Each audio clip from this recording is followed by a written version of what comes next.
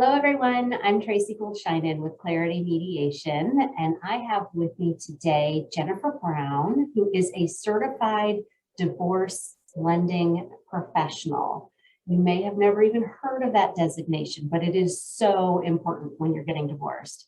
Most folks, many folks, have a marital home that they need to figure out. And that might be whether they're going to sell it or if someone's going to keep it. And so then there's all these other questions that go along with that. If you're going to keep it, first, who's going to keep it? And it's a mix of emotion and like business logic in whether you keep it, who's going to refinance, what that's going to look like. The emotion, of course, is we're attached to our homes. It's where we live. And if you have kids, you probably have raised them there. They're used to it. And we don't want to uproot our kids. We want them to have that familiar continuity. When divorce throws everything up in the air. So the emotional side is huge, but emotion doesn't run our money. And, or at least if it does, sometimes it gets us in trouble. So it's really important to find a way to put the emotion just off to the side a little bit so that you can look at the logical business side of your money and your house so that you can make really smart decisions for yourself that are going to affect you now and down the road. And if you're going to refinance, what that looks like really, really matters. And there's a lot of questions that go along with it. And I don't have those answers as a mediator. I'm familiar with the questions and I hear the answers eventually, but how the client gets from the questions to the answers that work for them are so much better arrived at when you work with a professional like Jennifer. And what she can do is take you through that line of questioning so that you can get to a place that makes sense for you. And I'm going to turn it over to her in a little bit, and she's going to go through these 4 areas that are really important to know about. And then we're going to share a scenario that really hits on a very common picture of what people going through divorce look like. A lot of my clients will image this picture in this scenario for sure. Before I do that, I'm going to introduce Jennifer, who has an amazing resume. So get ready to be impressed. She is an Alabama native. We have her now in Georgia. She started her mortgage career in '97 after graduating magna cum laude from Auburn in Montgomery, where she got a BS in business administration, majoring in finance. So that's great because it goes along with what she does now. She is a mortgage consultant, a certified divorce lending professional, and a certified VA lending professional, specialist, which is really a very helpful thing. I can say from personal experience. Licensed in Alabama and Georgia and Florida. She's also a condominium lending expert, and she partnered with several of Metro Atlanta prestigious developers during the 2002-2008 condo boom, and serving as a preferred lender then. For more than 30 ground up and conversion projects. So that is a wealth of experience in that area. In 2019, she became a partner and co-owner of Neighborhood Mortgage Incorporated, which was founded in 2001, and it's located in Alpharetta. She takes great pride in her role as vice president of her organization, as well as serving in her community and business partners as a trusted mortgage expert. I trust her. I send people to her all the time. As a CDLP, she has the financial knowledge and solid understanding of mortgage financing strategies as they relate to real estate and divorce, that important intersection. She's a member of the Divorce Lending Association, a board member of the Amicable Divorce Network, OTP CLE presenter. That's where you have to talk about all these important divorce-related legal issues. So it's really a helpful resource there. She's been featured on the Loan Depot's Renovation radio podcast discussing CDLP designation and divorce lending strategy. Jennifer and her husband, Big Ryan, of 20 years, kudos to that, reside in Alpharetta with their daughter, Little Ryan, and a Labrador Retriever, Bear Jr. In their spare time, you can find them hosting or attending a tailgate at the beach, on the golf course, or at the softball fields. So you stay busy. Absolutely, we do. Yeah, sounds like it. That's great. And I'm just so glad that you're here. I think a lot of people don't even know that this designation exists, and they get into the middle of their divorce and they're trying to figure out what to do with the house, and they have a very low level of knowledge like I used to around refinancing. You think you could just go refinance and it'll be fine. There's so much more to it. And so I'm going to let you take the stage and share with us. I know there's more, but we've talked about at least 4 really important areas that folks should be aware of as they head into this process. Yes. Well, thank you so much for having me, Tracy. That was a very impressive introduction. I'm impressed. Maybe I should hire you to be my PR person. Yeah, that's sure. Right. So I'll tell you that one of the reasons that I decided to pursue the designation when I learned about it, I didn't know that it existed either. I was really an early adopter. I was the first CDLP in the state of Georgia back in 2017. The reason I decided to pursue it was just because I'm always learning in my business. I've been doing this since 1997, but there's not a day that goes by typically that I don't learn something that I didn't know before, because our industry has lots of guidelines. There's a lot of different loan programs, and every loan program has its own set of guidelines. What I was finding was when I was engaging with someone who had been recently divorced and had the task of refinancing at hand, was when we would get their decree, we would realize that the child support income was not going to be allowed to be considered qualifying income, or the alimony wasn't going to be considered qualifying income, or we have a return to work situation and we don't have a long enough time back in the workforce for it to be considered consistent and stable income. And here you might have 120 days or 180 days to actually perform the refinance.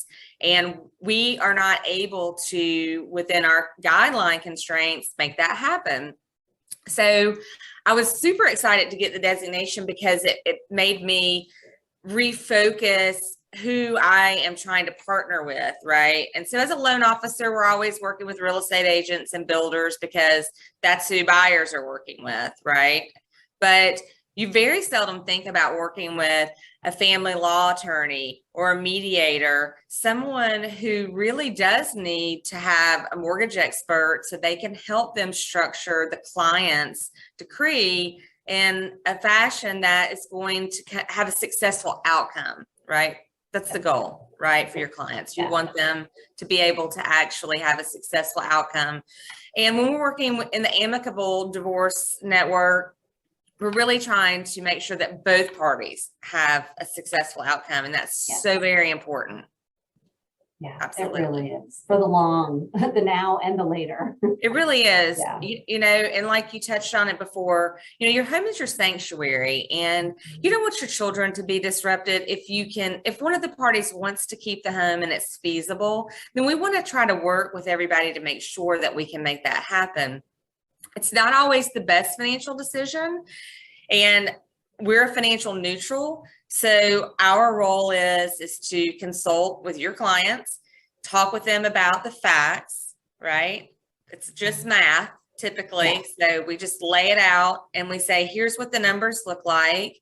And you've got to make the decision on whether or not you want to move forward with a refinance, or if you think it's best to sell the home and buy a new home. And we can help with all of those situations.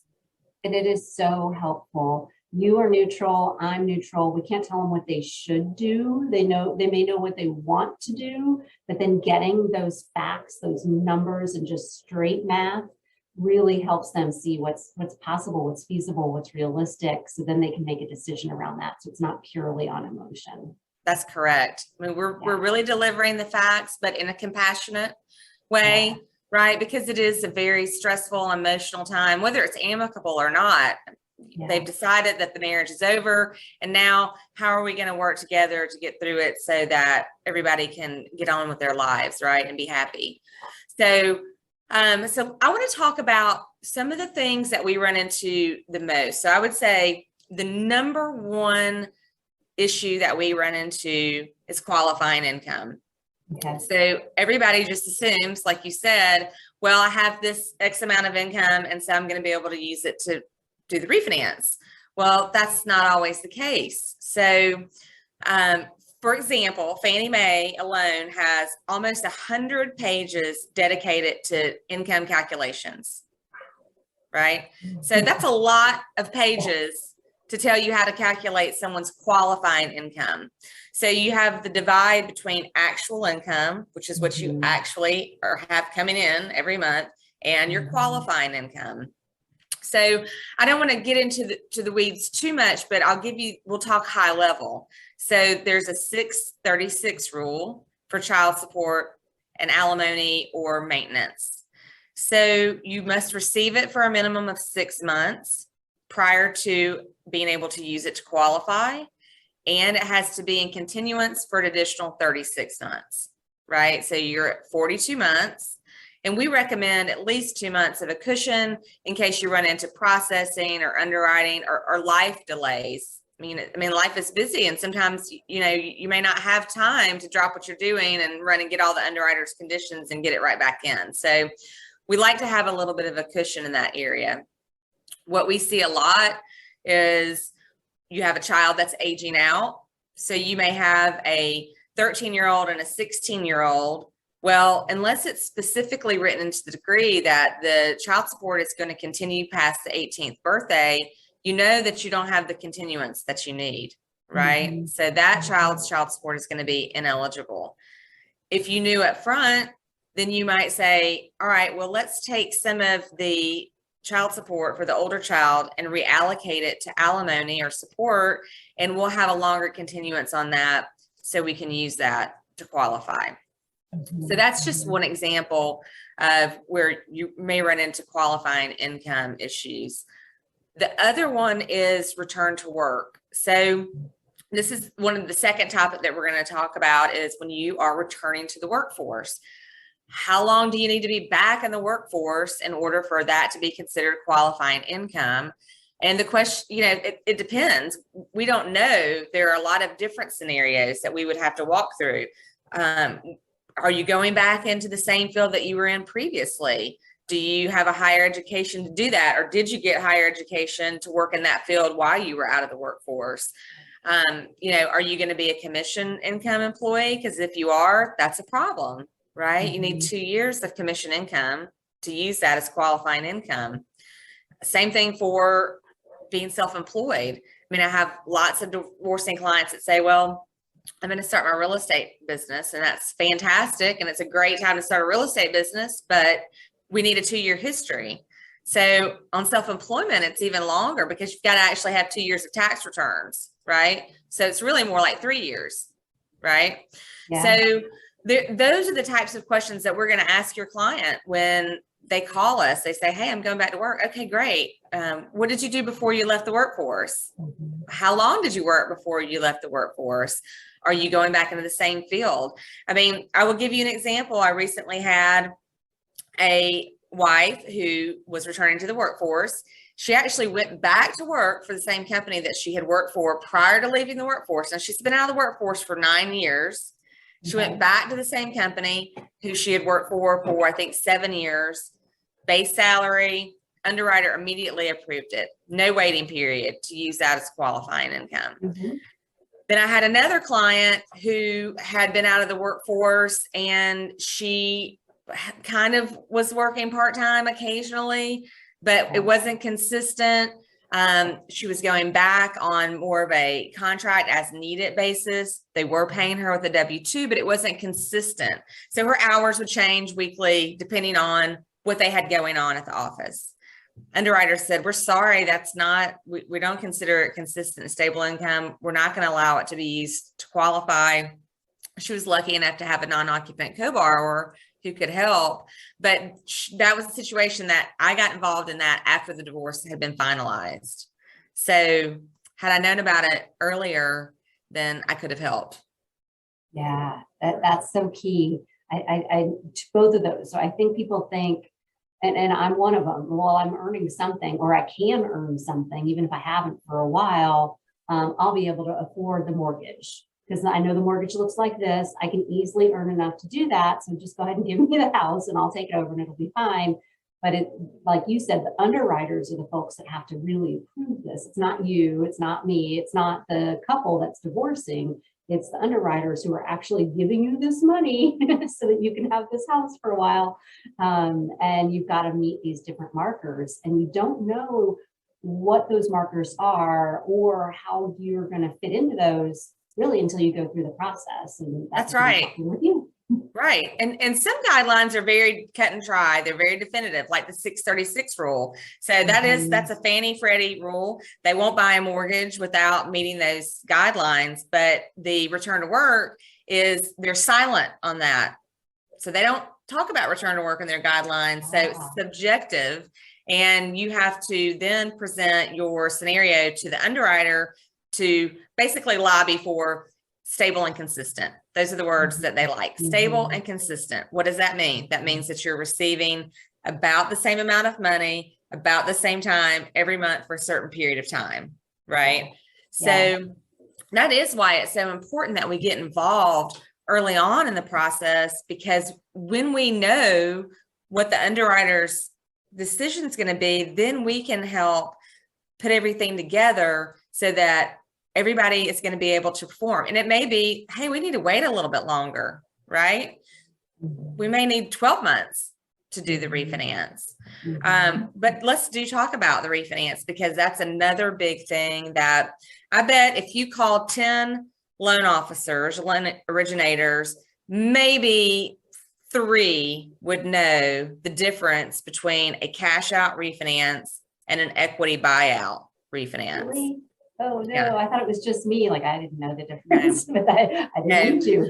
But no, because it's not one of those. It's one paragraph in the guidelines, right? So we talked about earlier. So the income calculations 100 pages, right? So the Fannie Mae selling guide's like over 1,000 pages. So there's one paragraph in the entire selling guide that's dedicated to refinancing to buy out an interested party's ownership. All right. Okay. So this doesn't just, right. I know it doesn't just apply to people that are married. So you may have 2 brothers, for example, that buy a house together, and one brother is moving on. He's maybe getting married and wants to buy his own house. Well, how does he get his equity out of the home? It's called an equity buyout, and it works very differently than a cash out refinance. So on a cash out refinance on conventional guidelines, and that's what we're going to talk about today, conventional, because that's the majority of the loans that are originated in the U.S. Okay. So on an equity buyout or a cash out, you're capped at 80% loan to value. So what does that mean? That means if you have $100,000 value, the maximum loan amount is $80,000, right? So you have $20,000 in equity that you can't get to. Okay. On an equity buyout, we can go up to 95% loan to value. So on $100,000 value, you could go to $95,000. And in some situations, if the borrower is eligible, you can go to 97%. Okay. Okay. So if you have a situation where you've got a divorcing couple and they've got let's just use 100,000 because that's easy math. They've got 20,000 in equity that they need to divide between them. You couldn't do that with a cash out refinance. You can't get to the equity, right? Because that 20% is the equity that they have. With an equity buyout, you could go to 90%. Each party gets $10,000 in equity, right? The other thing is that a cash out refinance has what's called a loan level pricing adjustment, because it's considered, I know people are like, what's an LLPA? It's a loan level pricing adjustment that the GSEs, so Fannie and Freddie, there are pricing adjustments for just about everything that you can think of: credit score, loan to value, occupancy type, what type of property is it? There are loan level pricing adjustments for condos, duplexes, investment properties. So cash out is considered a riskier transaction, and as such, they charge a higher interest rate for it. Okay. So you're going to pay a higher rate on a cash out than you would on an equity buyout. It usually is about a quarter. It's usually about 0.25% more in rate. So those are very, very important things that most people have no idea. If you called, like I said, if you called 10 loan officers, there'd be maybe 3 that would know, oh, hey, we can do this as an equity buyout. you have to have a written agreement. So Okay. if you do have a divorce situation, you've got to have a written agreement that you're performing on, right? Mhm, So mhm. you don't necessarily have to have it recorded yet by the, it doesn't have to be signed by the judge and record it, as long as one party is willing to execute what we call a quit claim deed. So Mhm. you hear that a lot, right? The QCD, Mhm. that's when Yep. one party gives up their ownership in the property to the other party. Yeah, and that is tricky sometimes in divorce when the trust level isn't so great. The person who Right. is not staying in the home and not refinancing sometimes is hesitant to sign the quitclaim deed just because the trust level isn't there. They're not sure what impact, the negative impact that might have on them. But then that means that the other person can't refinance without it. So working together means they both get what they want eventually, but sometimes it can be a little rough getting there. Absolutely. And you don't necessarily have to execute the quitclaim deed prior to the refinance, as long as there's an agreement in place. And we're not, Okay. right. So we're not licensed. We're not attorneys, and we don't give legal advice. What we do is present the facts, and we tell them, you know, you can move forward with doing this refinance and you can pay the other party their share of the equity. And they don't necessarily have to sign the quitclaim deed, but what if they don't sign it after the fact? Mhm, Right. So now mhm. you've given up 50% of your, or, you know, the equity, and they obviously still own 50% of the home. So we Yeah. recommend that that's what happens. And that's a recommendation that we make to our mediating partners, our family law partners. And then we leave it to them to explain it to their clients. Yeah. You know, Work why that it's magic. Yeah. right, why it's in their best interest. So there are a few caveats on the equity buyout. You do have to jointly own the property for a minimum of 12 months in order Okay. to be eligible for the equity buyout. Believe it or not, we do see situations where you've got a divorcing couple and one party, for whatever reason, is not on the deed to the home. It may have been that one party acquired the residence prior to the marriage and they just never took the time to add their spouse to the deed, right? Yep. So in those situations, okay, now maybe we have to do a cash out refinance. And Okay. let's hope there's enough equity in the house to do a cash out refinance. And there's a 6-month waiting period to do a cash out refinance. Okay. So all of those things are important. That's why we need to talk to them first, right? Mhm. First question we're going to ask if somebody wants to retain the residence and do an equity buyout is, are you on the title to the home? How long have you been on the title to the home? You don't have to be on the mortgage. Mhm. You just have to be on the title. That's very important. And if they were on for 6 months, they qualify, at least that part of it, that level for a cash out. The That's cash right. out has those other restrictions on how much you can borrow, and the interest rate is probably going to be higher, right? That's right. Okay. Correct. Got it. Paying attention. Yeah. Yeah. That's very good. If you need a job originating mortgages as a side hustle, let us know. So that's a big piece, the equity buyout versus the cash out. Yeah. And the little things that you need to know to determine whether or not either of those is going to work. So if we've got a situation where the person who wants to retain the home has not been on the title, we know we have, and there's going to be some money that needs to exchange hands, then we know immediately, well, we're going to have to wait 6 months because we need 6 months on title. But typically there's not only real estate involved in a divorce. You may have some retirement that needs to exchange hands in the form of a quadro. So we may say, okay, well, how about this? We've got $20,000 in equity that we need to divide, right? But you were going to give up $10,000 of your retirement in a quadro. So what if you guys agree that you'll keep the equity in the home? There'll be no exchange on the quadro. It's a wash for everybody. Right. You can refinance right away. There's no waiting period on a rate term refinance on title vesting. So if they're not exchanging any money, if they're not having to come up with any money in the transaction, then we could immediately add them to the title and do a rate term refinance. Okay, that's good to know. That's real good to know. And that is a very, a lot of very amicable folks will want to do something like that. They want to try to minimize the amount of transactions, the amounts of money that are going in any particular direction, because they want it real simple. And so when that does make sense, that's a beautiful thing, because it's sort of like, we keep this, we keep that, we don't have to do anything else. And for anybody that is wondering, a quadro is a qualified divorce relations order, QDRO, and it is connected to 401k retirement accounts. When you go to pull money out of a 401k during a divorce, you've got to get a quadro in order to do that, to avoid fees and penalties. That's right. So there's another video in our Clarity Conversations around that too. So if you want some more information there, please go see those, because it really matters. People get scared away. They don't want to do a quadro because it's a whole nother process. So if you can avoid it and figure out ways to balance your marital estate elsewise, then it can be very nice, much more simple that way. Absolutely. And that's why you really need a divorce team, right? Yes. You need, you need your family law attorney, or you need your mediator, you need your financial advisor.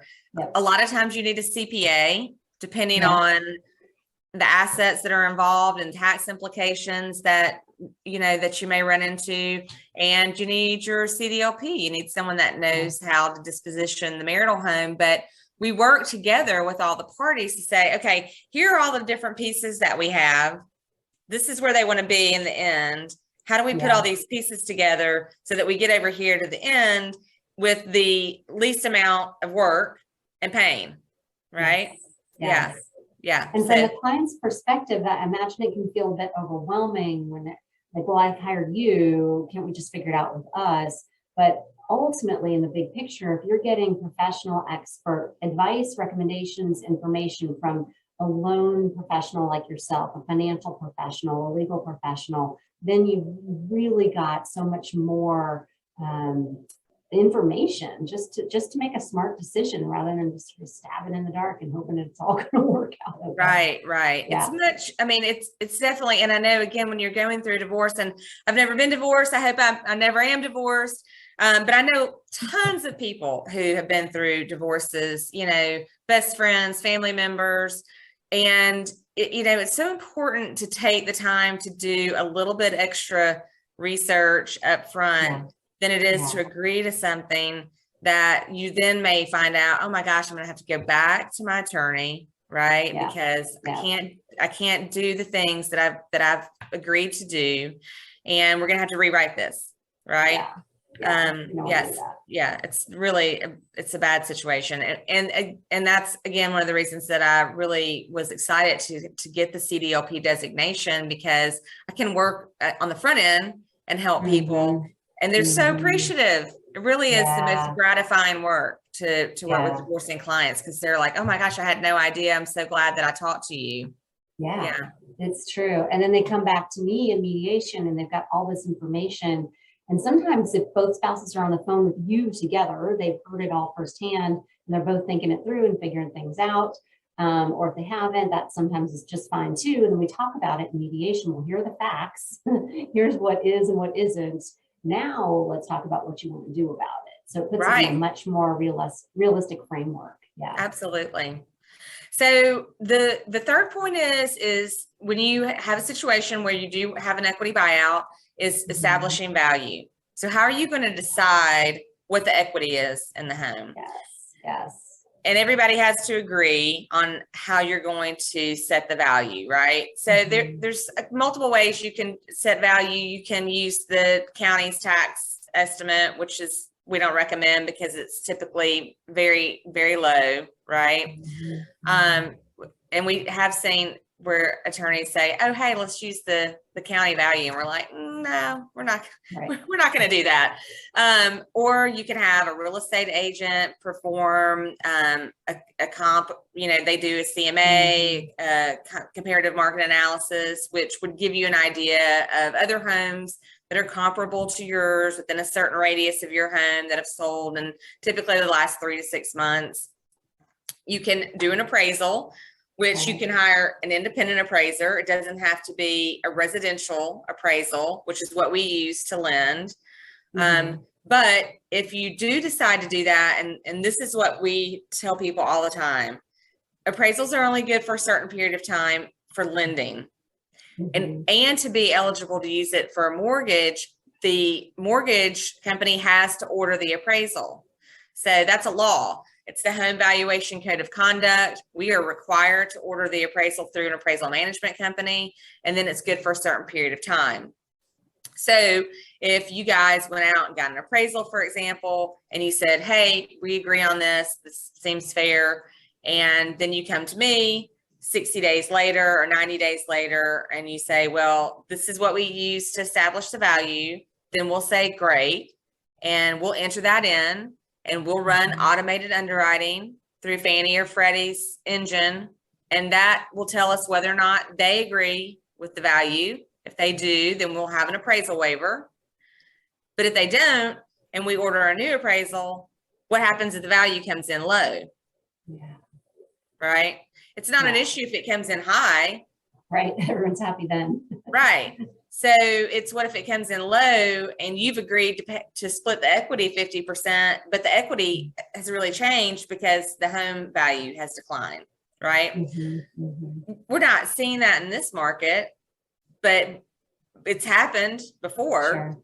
Yeah. you know, and so those are the things that we have to educate our clients about so that they understand, hey, I can do this appraisal, but it may not be any good by the time I go to refinance, right? And again, in a divorce where trust levels are kind of wonky and the future feels so uncertain that you almost don't always trust yourself, coming together on the decision around how to get to that appraised amount is just so critical. There's so often differences of opinion. One partner, usually the one who's leaving the house and who's getting the buyout, is like, the house is worth $1 jillion, and the one staying is like, no, it's not. No, look at Zillow or whatever. Yeah, so you're so right. Yeah. There is a lot of times a disconnect between what the house is worth and what they think it's worth and what it's really worth, right? Mm-hmm. So appraisers are subjective as well. And if you order 3 appraisals, you'd probably get 3 different values. Now they may not be, wildly different, but I feel like the best way to establish the value is to have an appraisal done. But right now we're getting a lot of appraisal waivers. And I do a lot of amicable work. And so typically we say, hey, it's gonna save you $575 because you don't have to pay for an appraisal. You're getting a waiver at this value. You guys decide together if you feel like that's a fair value. Mm-hmm. I don't think I've had any that they've said, okay, well, we want to pay for an appraisal.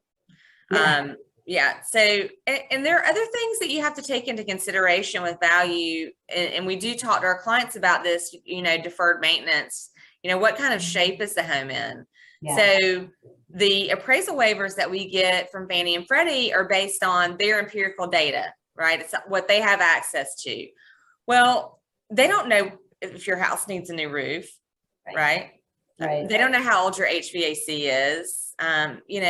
So those are things that we do encourage them to talk about together, and you really have to think about it because, like you mentioned, there's so much emotional connection to the home. And a lot of times people are just like, I don't care. I just want to keep the house. Okay. Mm-hmm. All right. Well, we've gotten through all these things, and yes, you qualify, and yes, we can do this, but what about your roof that needs to be replaced? Where are you going to get the money to do that? Right.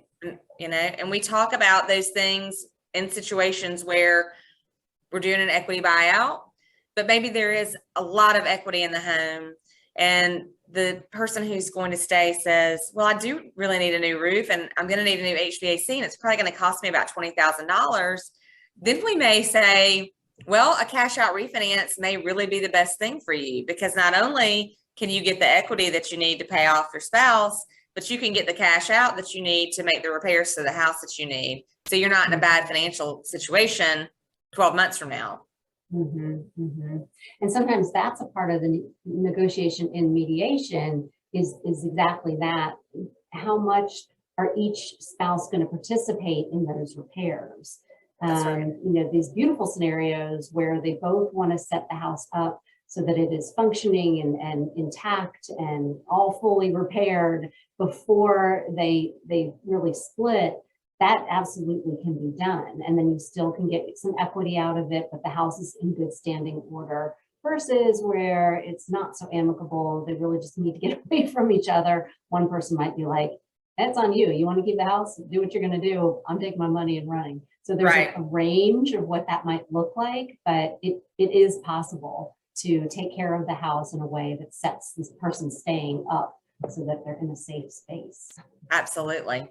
Yeah, absolutely. So we've talked about really kind of the 4 highlights, things that we run into the most, right? Which is equity buyout versus the cash out, qualifying income, returning to the workforce, and establishing value. So you and I kind of talked about a scenario, and I think it's great to talk about scenarios because it puts everything in perspective for people so that they kind of understand. So we're going to talk about a situation where you've got the parties have agreed that the wife is going to retain the marital home and she's going to refinance it within 180 days. They're going to do an equity buyout, right? And so she's got to come up with X amount of money from the home within that time frame. And the husband will sign a quitclaim deed and give his ownership to the wife, right?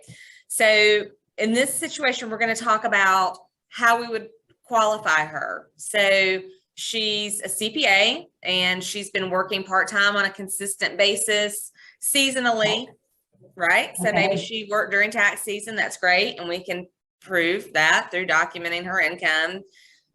She's been offered a full-time W-2 salary position, and she's going to start that within 30 days, $60,000 a year. Great.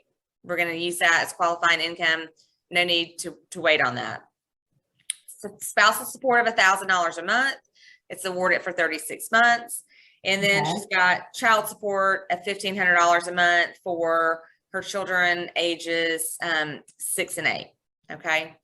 So we can't exceed 45% on our debt to income ratio.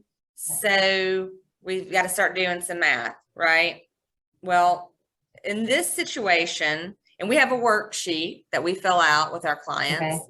So when you refer a client to us, we immediately fill out the worksheet and we start asking all these questions, right? And so we know exactly how much equity, what the mortgage payment's going to be, how much qualifying income, then we back into a number.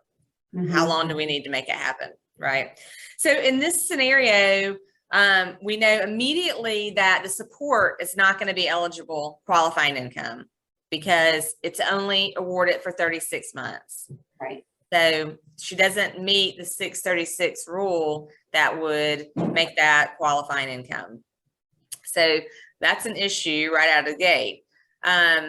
Let's see. So the child support would be eligible after the 6th payment, but we have 180 days. Right. We have to perform in 180 days, right? So she's not going to receive her 7th support payment until after 180 days. So we can't use that as qualifying income during that time frame. We can use the $60,000, but in this situation, it's not enough for her to qualify with her current debts plus the new debt, right? She needs some of that support income to qualify. So in this situation, had we been involved in the beginning, filled out our worksheet, known exactly what the math looked like, we would have said, okay, Tracy, all of this will work, but we need to have 240 days to perform on the refinance because we really need the child support as qualifying income, right? So just something that easy, right? Okay. Yeah, which it's much easier to have that conversation, like you said earlier, than obviously after a judge has signed your decree, then you've got to redo the thing in some fashion. And the whole when refinance happens is also an emotional issue and can be countered with this kind of information. So again, the person that's not staying in the home, they often want the refinance to happen really quickly because they're like, I want out of this. I don't want the tie to the house anymore. If I'm not staying there, I get it, right? That makes sense, or emotionally and logically. But then if if they knew, well, it won't work, the refinance just won't work based on these factors that you laid out in the scenario. I know you want it sooner, but if we could bump it up to, what'd you say, was it 240 instead of 180? Right. Then it can all fall into place as you envisioned, but we need that window of time because of these rules that are written by other people, not in this room. That's that right. can help take some of the heat off of it. So it's not just between the divorcing people having a disagreement on the time frame or their attorneys. I've seen that a lot too, where the attorneys are like, we want it now, we want it later. How about let's look at what is actually going to work and then come up with a plan around that. That's right. You're absolutely correct. And again, it's so important to have a financial neutral. I think sometimes there's a lot of distrust if it's not amicable between not just the divorcing parties, but between their representation. Yes. Right. Yes. And so as a financial neutral, we say, hey, actually, this just isn't possible, right? This is the guideline. It's very cut and dry. And let me just, play out for you how the math works. Or if you guys do want to do it within this time frame, here's how we're going to need to structure it, right? So that everything works correctly. And that may be a situation where we talked about, maybe you do a quadro instead of exchanging equity, because obviously if you're just doing a rate term, then your payment's going to be less than it would be if you were getting 50% of the equity out of the home, because your mortgage amount is going to be much higher in that situation, right? So it is really important to have a financial neutral, someone that you can trust, someone who's not trying to sell your client something, because that's another thing that I see a lot, unfortunately, in our industry. There's a lot of people that are just trying to sell something, because we don't get paid until the loan closes, right? And so a lot of loan officers just want to close the loan. They don't really care if it's in the best interest of the client. For us, we're going to say, hey, you can do this and we can qualify you, and here's how we can make it happen, but this really isn't in your best interest, right? The best thing for you to do is sell the home, take your equity, move on. Everybody doesn't always take our advice. Yeah. But we are advocating for them. It is. It is.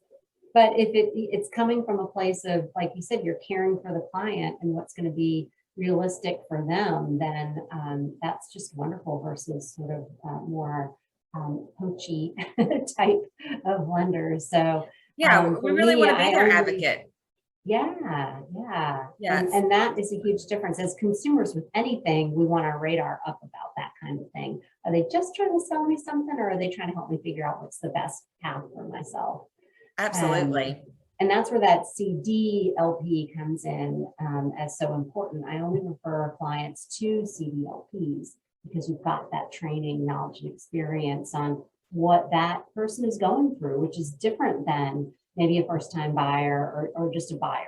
Absolutely. We really do. And I will say this, that Jody Bruns, who's the founder of the Divorce Lending Association, she was a mortgage originator by trade for a very, very long time. She's very successful. And she will not let anyone get the designation in divorce lending. They vet people. And now this is a business for her. So think about that. So she vets loan officers and originators before she allows them to go through the training to be a CDLP, because it's important to her that the people that are doing this are not just trying to close a loan, right? They're really, they have a passion and they have a servant's heart. And I think that, you do have to have that approach to it to be successful at it. Right. So I will say this, that there's no cost to consult with a CDLP. As a mortgage originator, there are laws, and the ECOA, the Equal Credit Opportunities Act, actually protects married as a class, right? And so I couldn't charge a married person going through a divorce for a consultation if I can't charge, let's say, a first-time home buyer for a consultation. So we get paid if there's a transaction that closes, but again, it's not always in your client's best interest for a transaction, and we're going to advocate and make the best recommendation. And from there, the client decides what they do. That's wonderful. And it's so important people are afraid to reach out because divorce is expensive, really, really expensive.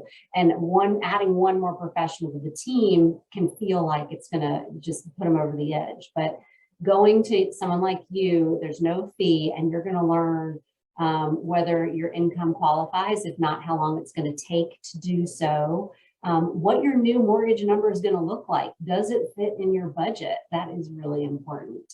And whether you're going to do a equity buyout or a cash buyout, and the impact that either of those options might have, as well as the value of your home, which is always such a huge question. And so, yep, that is our recommendation. Go to a CDLP first before you even try to come up with a plan of what it's going to look like, because it's a whole cart before the horse thing, really, if you do it the other way around, isn't it? It really is. It really is. So again, I appreciate you having me on so that we can help educate folks about the CDLP and how we work with the divorce team, because I think that there's not enough information and education out there about it. And so I'm super glad that you had me on so we could talk about this. I can post this on my social media and absolutely, and help get the word out. For sure. And how can people reach you? I will put it on screen, but go ahead, and if you would please share how people can reach you directly. Yeah, absolutely. So my website is www.n like neighborhood loans, LOANS.net/Jennifer. And there you can find my email address, my cell phone number, which is the best way to reach me. I'm happy to, like I said, I'm happy to talk to other mediators or family law attorneys about scenarios that they may have, or divorcing clients. I'm happy to help. Great. That's great. I know I lean on you, and I will continue to do so. And I hope that this gets the word out to folks that they can get firsthand information, which is so critical. Thank you so much for being here. I appreciate it. Yeah, thanks, Tracy. Take care. Thanks,